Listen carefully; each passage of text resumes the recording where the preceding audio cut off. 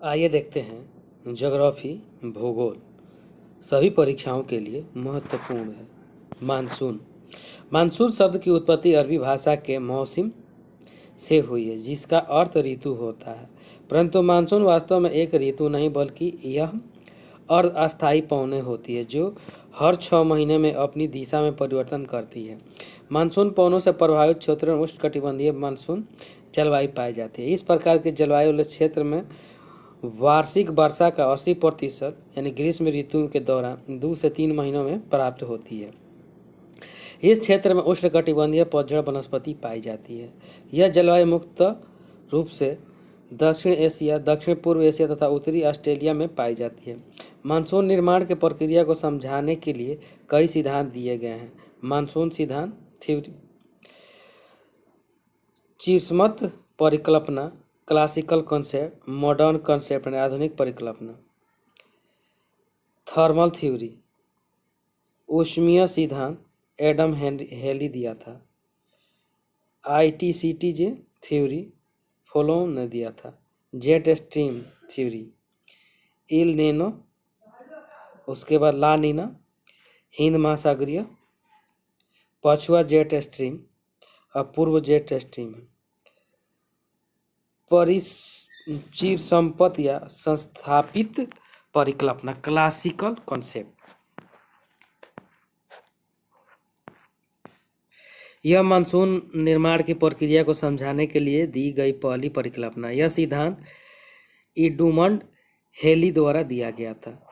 इसे ऊष्मीय सिद्धांत या थर्मल थ्योरी भी कहते हैं। इस सिद्धांत के अनुसार मानसून निर्माण का प्रमुख कारण जल तथा स्थल विभेदी तापमान है, डिफरेंशियल हीटिंग है।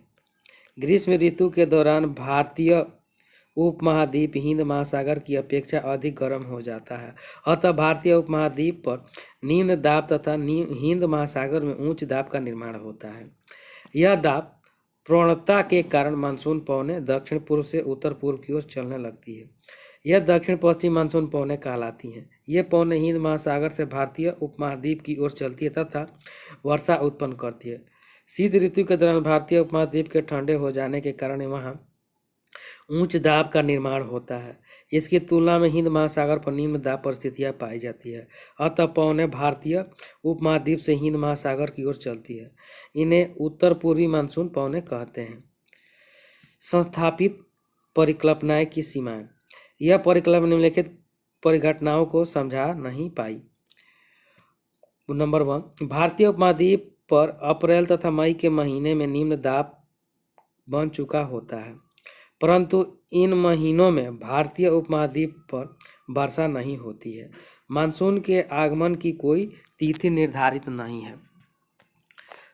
कभी मानसून जल्दी तो कभी देरी से प्रारंभ होता है। भारतीय उपमहाद्वीप तथा हिंद महासागर के बीच हर वर्ष समान दाब प्रवणता पाई जाती है, परंतु हर वर्ष मानसून पवनों की तीव्रता तथा वर्षा की मात्रा में अंतर होता है। इस परिकल्पना में सीमाओं को दूर करने के लिए नया सिद्धांत दिया गया है, आधुनिक परिकल्पना, modern concept. Summer monsoon theory आदि सब दिया हुआ है। 1950 के दशक में फ्लोन द्वारा आधुनिक परिकल्पना दी गई थी। फ्लान के सिद्धांत को ITCZ सिद्धांत कहते हैं। इस सिद्धांत के अनुसार मानसून निर्माण का प्रमुख कारण दाब पेटिया का विस्थापन है। ग्रीष्म ऋतु के दौरान जून में ITCZ भारत के मध्य भाग पर 20 डिग्री से 25 डिग्री नॉर्थ अक्षांश के बीच स्थापित हो जाता है। उत्तरी गोलार्ध में STHPB 40 डिग्री से 45 डिग्री नॉर्थ के अक्षांश के बीच स्थापित हो जाती है। दक्षिण गोलार्ध की STHPB 10 डिग्री से 15 डिग्री साउथ के बीच स्थापित हो जाती है। दक्षिणी गोलार्ध की STPB से ITCZ की ओर पवनें चलती है। दक्षिण गोलार्ध की STHPB से ITCZ की ओर पवनें चलती है। दक्षिण गोलार्ध से जब पवनें उत्तरी गोलार्ध में प्रवेश करती है तो कोरियोलिस बल के कारण इनकी दिशा साउथ वेस्ट से नॉर्थ ईस्ट हो जाती है। ये पौने महासागर के से उपमहाद्वीप की ओर चलती है तथा जलवाष्प ग्रहण करके ग्रीष्म ऋतु में वर्षा उत्पन्न करती है। शीत ऋतु के दौरान भारत पर उत्तरी गोलार्ध की STHPB स्थापित हो जाती है और पवन की ओर चलती है। महाद्वीप के महासागर की ओर चलना आरंभ कर देती है। ये पवनें शुष्क होती है अतः ऋतु के दौरान वर्षा उत्पन्न नहीं करती है।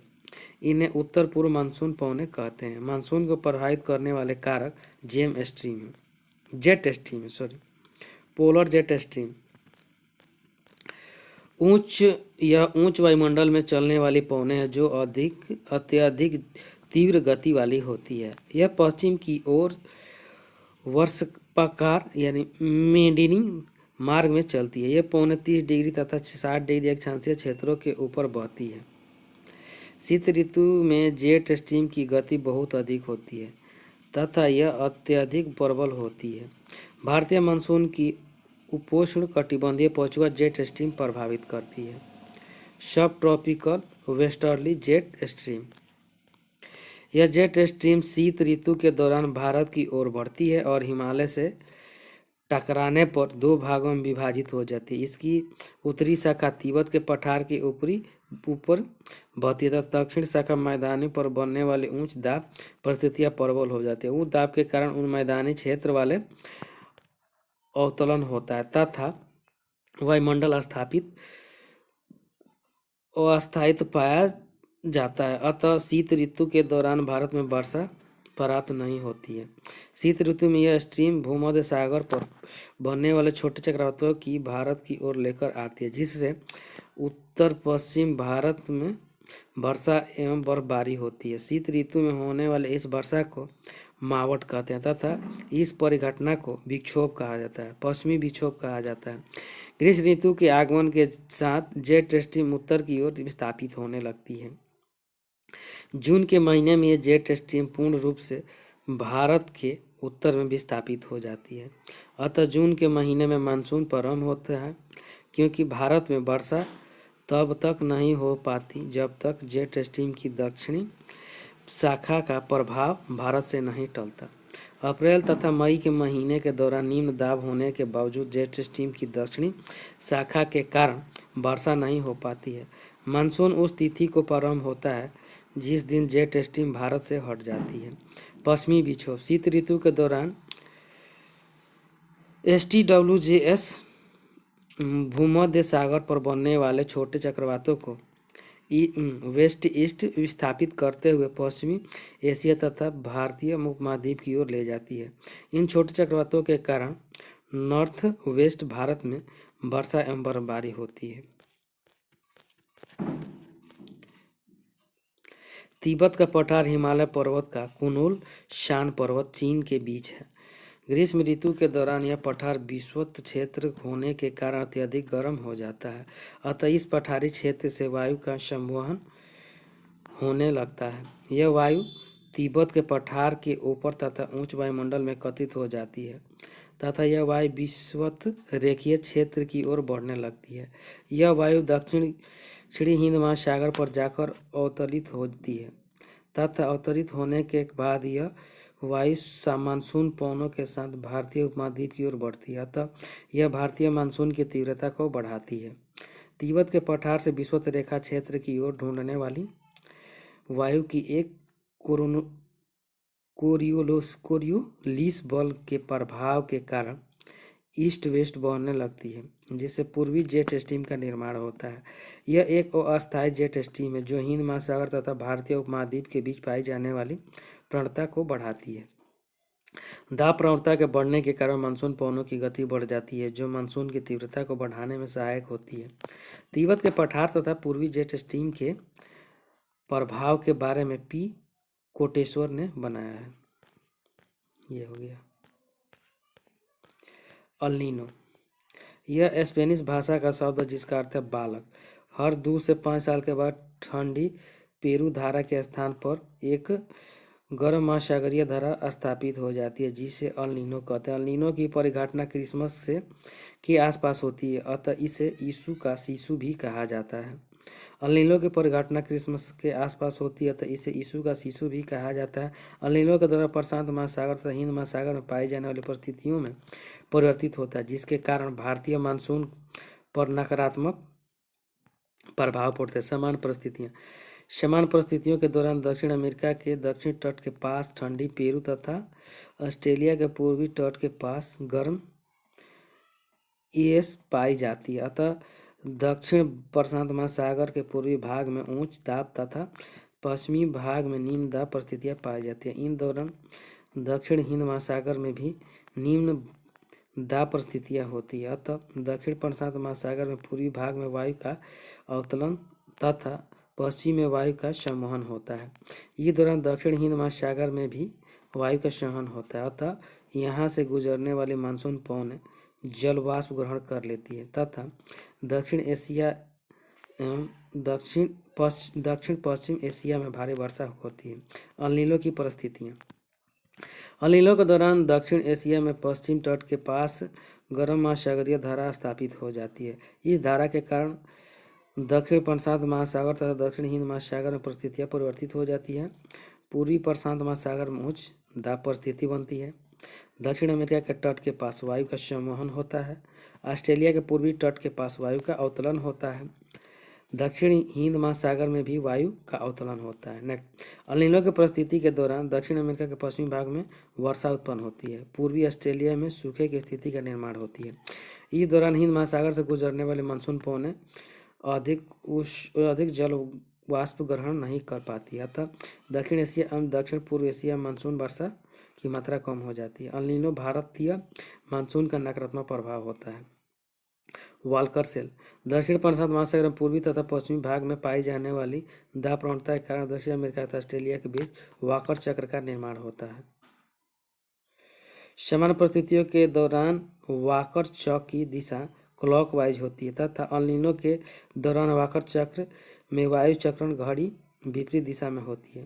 वाकर चक्र की दिशा में परिवर्तित अल नीनो के कारण होता है, अतः इसे अल नीनो दक्षिण दोलन कहते हैं। Southern oscillation index. यह सूचकांक अल नीनो के निर्माण की तीव्रता के बारे में बताता है। सूचकांक के अंतर्गत वाहिनी के दाब में से डार्विन के दाब को घटाया जाता है। उत्तर 0 या 0 से अधिक होता है, वह सामान्य परिस्थितियों का सूचक होता है। 0 से कम ऊपर आने पर अल नीनो के निर्माण का संकेत मिलता है। साउथर्न ओसिलेशन इंडेक्स था P Darwin P. El Nino का प्रभाव। विषुवत वायुमंडलीय परिसंचरण में विकृति की आ जाती है। वाकर चक्र की दिशा बदलना, दक्षिण हिंद महासागर तथा दक्षिण प्रशांत महासागर के जल वाष्पीकरण का अनियमितता आ जाती है। मानसून प्रभावित क्षेत्रों में समान से कम वर्षा होती है। दक्षिण अमेरिका के पश्चिमी तट के पास भारी वर्षा होती है। दक्षिण प्रशांत महासागर के पूर्वी भाग में जल का तापमान बढ़ने के कारण पादप प्लवों की मात्रा कम हो जाती है, जिसके कारण मछलियों की संख्या कम हो जाती है। अतः अल नीनो दक्षिण अमेरिका के मत्स्य उद्योग को नकारात्मक रूप से प्रभावित करती है। मानसून प्रभावित क्षेत्रों में कृषि उत्पादन कम होता है, जिसके कारण कृषि आधारित उद्योग को नुकसान होता है। ला लीना। यह स्पेनिश भाषा शब्द है जिसका अर्थ होता है बालिका। ला लीना के दौरान पेरू धारा के स्थान पर समान से अधिक ठंडी धारा आकार स्थापित हो जाती है। मानसून प्रभावित क्षेत्रों में सामान्य से अधिक वर्षा होती है। ला नीना परिघटना सामान्यतः अल नीनो के बाद होती है। ला नीना के निर्माण की प्रक्रिया। ला नीना के दौरान प्रशांत महासागर के पूर्वी भाग में भारी वर्षा एवं तीव्र गति वाले वायु का संवहक होता है। वाकर चक्र की गति बहुत तेज होती है, जिसके कारण व्यापारिक पवनें कमजोर पड़ती है। भारतीय वर्षा के कारण दक्षिण प्रशांत महासागर के पूर्वी भाग में जलस्तर अत्यधिक बढ़ जाता है, अतः जल पूर्व से पश्चिम की ओर बहना प्रारंभ करता है। कुछ गर्म जल के विस्थापन के संवहन की गति कम हो जाती है तथा अल नीनो कमजोर पड़ जाती है। व्यापारिक पवनें पुनः स्थापित हो जाती है और दक्षिण प्रशांत महासागर के पूर्वी भाग से गर्म जल को पूर्ण रूप से विस्थापित कर देती है। गर्म जल के विस्थापन के बाद महासागर में आंतरिक भाग से ठंडे जल का अवलोकन होता है, अतः पेरू धारा के स्थान पर सामान्य से अधिक ठंडा जल स्थापित हो जाती है। ला नीनो के दौरान दक्षिण प्रशांत महासागर के पूर्वी भाग में अत्यधिक तीव्र उच्च परिस्थितियों का निर्माण होता है। तो ऑस्ट्रेलिया के पूर्वी तट के पास दक्षिण महासागर में प्रबल निम्न दाब का निर्माण होता है। यहाँ से गुजरने वाली मानसून पवनें बहुत अधिक मात्रा में जलवाष्प ले आती है तथा मानसून प्रभावित क्षेत्रों में सामान्य से अधिक वर्षा होती है। इंडियन ओशियन डिपोडेट यानी हिंद महासागरीय द्विध्रुव। हिंद महासागर में पूर्वी तथा पश्चिमी भाग में विभेदी तापन ही पाया जाता है। अतः जब हिंद महासागर के पूर्वी भाग में गर्म जल होता है तो पश्चिमी भाग में उसकी अपेक्षा ठंडा जल स्थित होता है तथा जब पश्चिमी भाग में गर्म जल होता है तब पूर्वी भाग में ठंडा जल पाया जाता है। अल नीनो की स्थिति के दौरान यदि हिंद महासागर में पश्चिमी भाग में गर्म जल स्थित होता है तो भारत तथा पूर्वी अफ्रीका के सामान्य वर्षा प्राप्त होती है। अतः यदि हिंद महासागरीय या विषुवत भारत के पक्ष में होता है तो भारत पर अल नीनो का नकारात्मक प्रभाव नहीं नजर आता, परंतु इस दौरान दक्षिण पूर्व एशिया तथा उत्तर ऑस्ट्रेलिया में सूखे की स्थिति का निर्माण होता है। उष्णकटिबंधीय चक्रवात।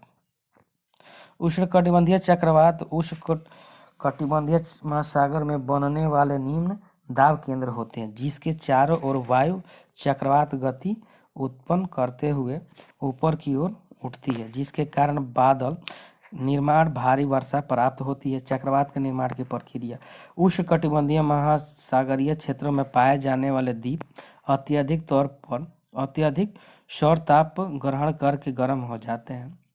इन द्वीपों के क्षेत्र में निम्न दाब का निर्माण होता है। महासागरीय सागर क्षेत्रों में द्वीप की तुलना में उच्च दाब का पाया जाता है। उच्च दाब क्षेत्रों से घिरे हुए निम्न दाब का केंद्र की ओर पवनें चलना आरंभ करती है। इस प्रकार उच्च दाब से निम्न दाब की ओर चलने वाली पवनों पर कोरियोलिस बल प्रभावित हो जाता है, जिसके कारण निम्न दाब केंद्र के चारों ओर चक्रवात गति करने लगती है। उत्तरी गोलार्ध के चक्रवात की दिशा वामार्थ तथा दक्षिणी गोलार्ध के चक्रवात की दिशा दक्षिणार्थ होती है। निम्न दाब केंद्र के चारों ओर चक्रवात गति करने वाली वायु गर्म होकर ऊपर उठती है। उच्च वायुमंडल में इस ऊपर उठने वाली वायु के कारण संघनन की प्रक्रिया होती है। संघनन के दौरान गुप्त ऊष्मा युक्त होती है। इस गुप्त ऊष्मा के कारण वायु की चक्रवात गति अत्यधिक बढ़ जाती है। उष्णकटिबंधीय चक्रवात गुप्त ऊष्मा से ऊर्जा प्राप्त करते हैं, अतः इन्हें ऊष्मीय इंजन कहते हैं। इस गुप्त ऊष्मा के कारण ही चक्रवात का प्रभाव केवल तटवर्ती क्षेत्र पर ही सीमित रहता है। इस प्रकार द्वीपों पर निम्न तीव्रता के चक्रवात का निर्माण होता है। इसे अवदाब या डिप्रेशन कहा जाता है।